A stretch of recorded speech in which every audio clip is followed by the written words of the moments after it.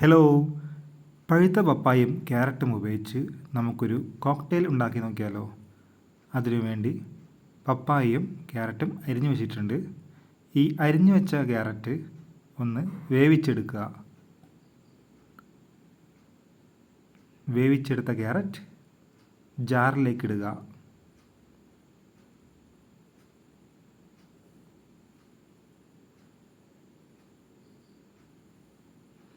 അതിന് പിറകെ പഴുത്ത പപ്പായ ജാറിലേക്ക് ഇടുക.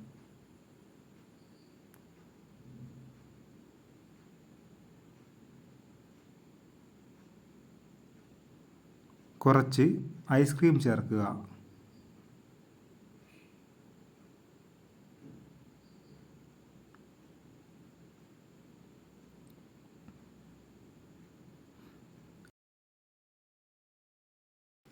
ഞാനിവിടെ ഉപയോഗിക്കുന്നത് തണുത്ത പാലാണ്.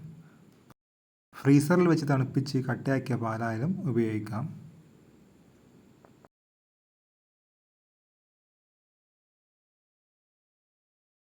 ആവശ്യത്തിന് പഞ്ചസാര ചേർക്കുക.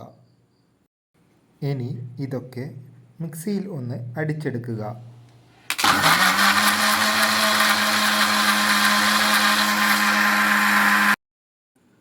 മിക്സിയിൽ അടിച്ചെടുത്ത ഈ ജ്യൂസ് ഗ്ലാസ്സിലേക്ക് ഒഴിക്കുക.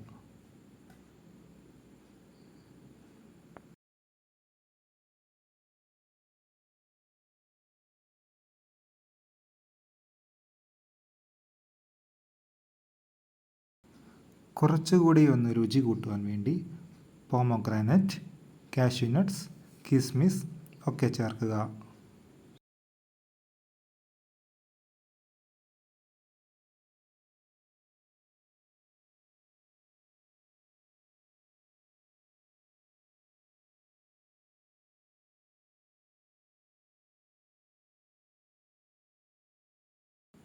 ഇനി ഈ കോക്ടെയിൽ സെർവ് ചെയ്യാവുന്നതാണ്. ഈ ചാനൽ കാണുന്ന എല്ലാവരും ഒന്ന് സബ്സ്ക്രൈബ് ചെയ്തേക്കണേ. Thank you.